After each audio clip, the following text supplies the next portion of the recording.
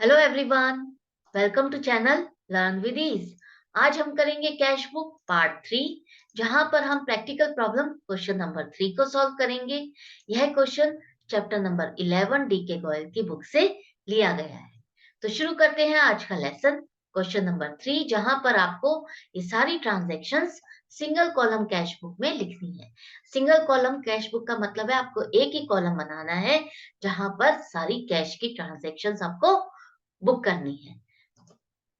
तो ये है आपका कैश बुक का फॉर्मेट, जहां पर आपको फर्स्ट ट्रांजैक्शन लिखनी है। डेबिट साइड आपकी होती है रिसीट साइड और क्रेडिट साइड होती है आपकी पेमेंट साइड। तो फर्स्ट ट्रांजैक्शन है mister Vipin commenced business with cash 2 lakh. अब यहाँ पर मिस्टर विपिन है जिन्होंने अपना बिजनेस शुरू किया है 2 लाख के कैश से। तो यहाँ पर कैश क्या हो रहा है, बिजनेस शुरू कर रहे हैं तो कैश बिजनेस में आ रहा है। तो जब बिजनेस में कैश आ रहा है तो आप कहाँ लिखोगे, रिसीट साइड पर लिखोगे। तो यहाँ पर डेट लिखोगे और क्या एंट्री बनेगी। अगर आप एंट्री बनाओगे पर्टिकुलर्स में, आपको लिखने के लिए पहले आपको क्या देखना होगा, एंट्री बना के देखनी होगी जिसकी वजह से कैश आपका डेबिट हो रहा है। तो कैश अकाउंट आपका डेबिट होगा टू कैपिटल अकाउंट। जब भी ओनर बिजनेस से पैसा लाता है तो हम उसे क्या कहते हैं, कैपिटल। तो कैश अकाउंट डेबिट हो रहा है किसकी वजह से, कैपिटल की वजह से। तो टू कैपिटल अकाउंट आएगा आपका पर्टिकुलर्स में और अमाउंट हो जाएगी 2 लाख। नेक्स्ट है open a bank account and deposited ₹75,000। अब आपने एक बैंक अकाउंट खोला है जिसमें 75,000 रुपए का कैश आपने जमा किया है।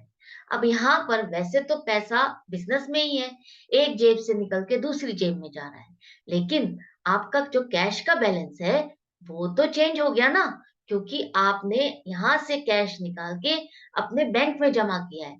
तो यहाँ से आपको कैश का बैलेंस कम करना होगा, पेमेंट दिखानी होगी। तो पेमेंट साइड पर आप लिखोगे और क्या लिखोगे, क्या एंट्री बनेगी, बैंक अकाउंट डेबिट होगा टू कैश, कैश क्रेडिट होगा, बिजनेस से जा रहा है तो इसलिए बाय बैंक अकाउंट आप लिखोगे पर्टिकुलर्स में, जिसकी वजह से आपका कैश अकाउंट क्रेडिट हुआ 75,000। कैश बुक का रूल क्या होता है, debit what comes in, credit what goes out. तो जो आएगा उसे आप डेबिट करोगे और जो जाएगा उसे आप क्रेडिट करोगे। नेक्स्ट है परचेज्ड गुड्स फॉर कैश 30,000। अब आपने कोई सामान खरीदा है 30,000 रुपए का कैश में, मतलब आपने इसकी पेमेंट कैश में कर दी है। कैसे पता चला, यहाँ पर कैश लिखा हुआ है तो पेमेंट कर दी है। बिजनेस से पैसा जा रहा है, कैश जा रहा है, तो पेमेंट साइड पर लिखोगे आप और एंट्री बना के देखो क्या बनेगी entry, purchase account debit to cash. Cash किसकी वजह से क्रेडिट हो रहा है, परचेज की वजह से। पर्टिकुलर्स में आप लिखोगे बाय परचेजेस अकाउंट और अमाउंट हो जाएगी 30,000। नेक्स्ट है परचेज्ड गुड्स 15,000। अब आपने कुछ सामान खरीदा है 15,000 का, क्या इसकी पेमेंट हो गई है, कैसे फाइंड करोगे। मैंने लास्ट वीडियो में भी आपको टिप्स दी है कि कैसे आप फाइंड करो कि ये कैश की पेमेंट हुई है या नहीं हुई है। नहीं देखी है तो जल्दी से देख लीजिए। यहाँ पर ना तो कैश लिखा है ना ही पार्टी का नाम लिखा है, इसलिए हम यही मानेंगे कि जो भी हमने सामान खरीदा है हमने उसकी पेमेंट कैश में कर दी है। तो पेमेंट कर रहे हो मतलब क्रेडिट साइड लिखोगे और क्या एंट्री बनेगी, purchase account debit to cash, मतलब परचेज की वजह से आपका कैश क्रेडिट हुआ है, इसलिए पर्टिकुलर्स में आप लिख रहे हो बाय परचेजेस अकाउंट 15,000 से। Next purchased goods from Suryakant 40,000। अब आपने कुछ सामान खरीदा है सूर्यकांत से 40,000 का, तो यहाँ पर क्या पेमेंट हो गई है, ये कैश की परचेज है या क्रेडिट की परचेज है, ये क्रेडिट की परचेज है, क्योंकि यहाँ पर पार्टी का नाम लिखा है, कैश नहीं लिखा हुआ।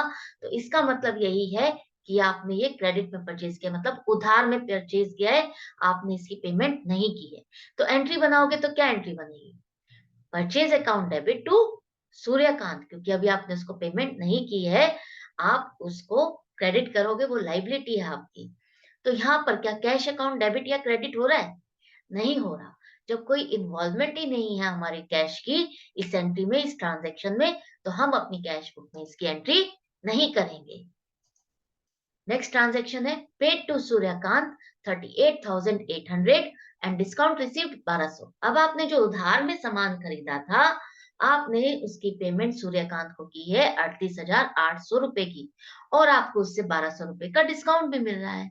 तो आप, एक तो बात सही है कि आप पेमेंट कर रहे हो, कैश में कर रहे हो, तो पेमेंट साइड आएगा, क्रेडिट साइड आएगा, ये तो आपने फाइंड कर लिया। लेकिन एंट्री बना के देखो कितनी अमाउंट से करोगे आप।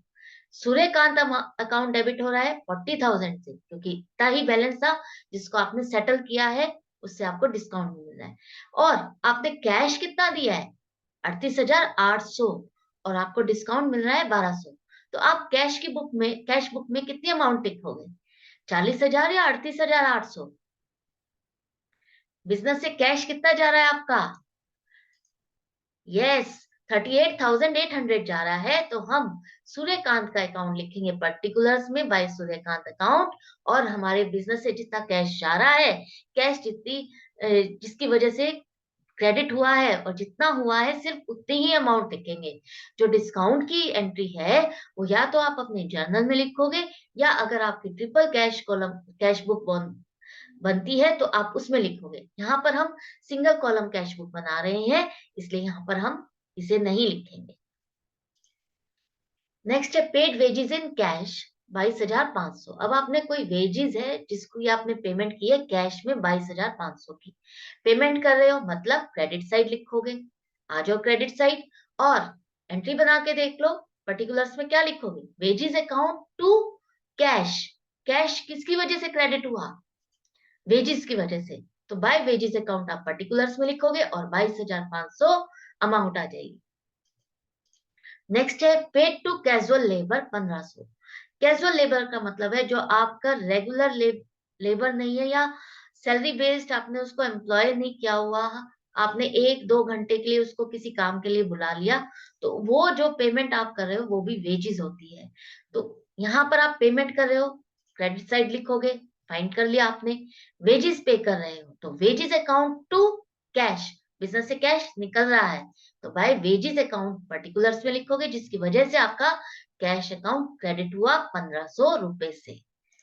नेक्स्ट है sold goods to Devraj for cash 80,000। अब आपने कुछ सामान बेचा है देवराज को 80,000 का, क्या कैश की पेमेंट मिली है आपको, कैश मिल गया है सेल्स का? हाँ मिल गया है, क्योंकि यहाँ पर कैश लिखा हुआ है, मतलब आपने ये कैश की सेल्स की है।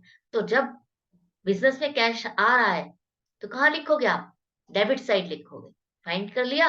अब पर्टिकुलर्स में किसको लिखोगे, सेल्स को लिखोगे या देवराज को लिखोगे? क्या एंट्री बनेगी, cash account debit to sales. Devraj का यहाँ पर कोई मतलब नहीं है, उसने सामान खरीदा और आपको पेमेंट कर दी है, आप उसका अकाउंट नहीं बनाओगे। तो यहाँ पर टू सेल्स लिखोगे, टू सेल्स अकाउंट, जिसकी वजह से आपका कैश अकाउंट डेबिट हुआ है 80,000 रुपए से। नेक्स्ट है paid electricity bill in cash 12,000। अब आपने पेमेंट की है कैश में, किसके लिए, बिजली का बिल भरने के लिए 12,000। तो पेमेंट कर रहे हो मतलब क्रेडिट साइड लिखोगे, और कैश आपका क्रेडिट हो रहा है किसकी वजह से, electricity expenses debit to cash, मतलब बाय इलेक्ट्रिसिटी एक्सपेंसेस अकाउंट आप लिखोगे पर्टिकुलर्स में, और अमाउंट हो जाएगी 12,000। नेक्स्ट है विड्रू कैश फ्रॉम बैंक 40,000।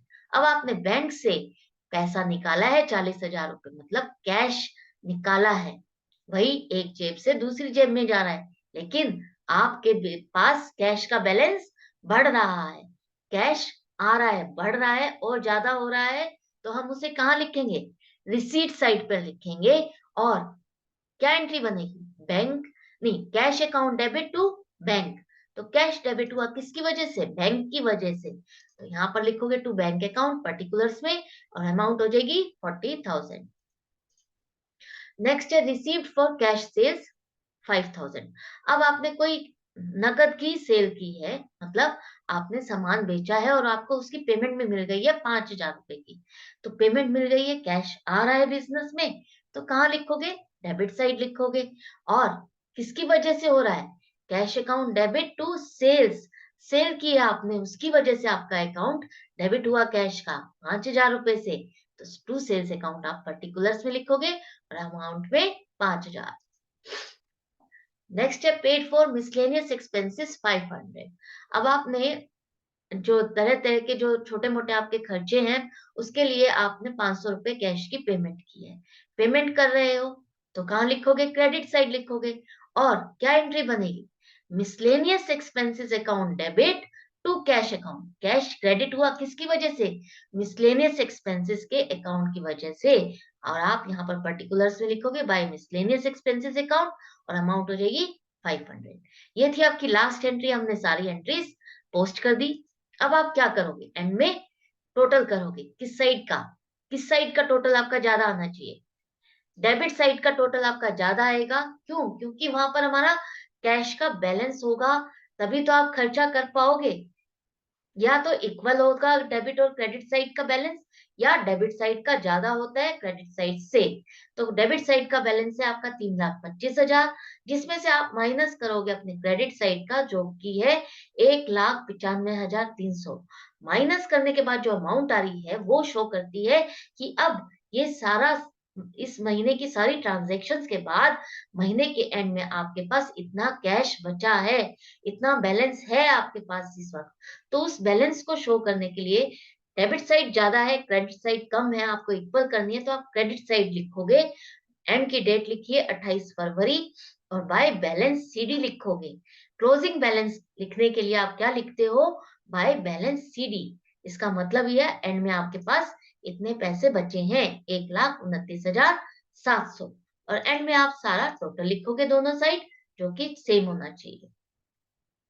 ये क्वेश्चन नंबर 3 आपका कंप्लीट हो गया है। आई होप और भी आपको क्लैरिटी आई है कैश बुक में। अगर कहीं पर भी डाउट है आप मुझसे पूछ सकते हैं। कोई पर्टिकुलर इलस्ट्रेशन है जो आपको समझ नहीं आ रही है और आप उसे समझना चाहते हैं, तो प्लीज आप मुझे कमेंट बॉक्स में लिखिए, मैं उसकी वीडियो बना करके जरूर डालूंगी। जाने से पहले प्लीज सब्सक्राइब कर दीजिए, नए हैं तो मेरे चैनल पर, लाइक कीजिए और शेयर कीजिए अपने फ्रेंड्स के साथ। बेल आइकन को प्रेस कर दीजिए ताकि वीडियो डालते ही आपको नोटिफिकेशन आए। मिलती हूँ मैं आपसे नेक्स्ट वीडियो में नए क्वेश्चन के साथ। Till then goodbye and take care.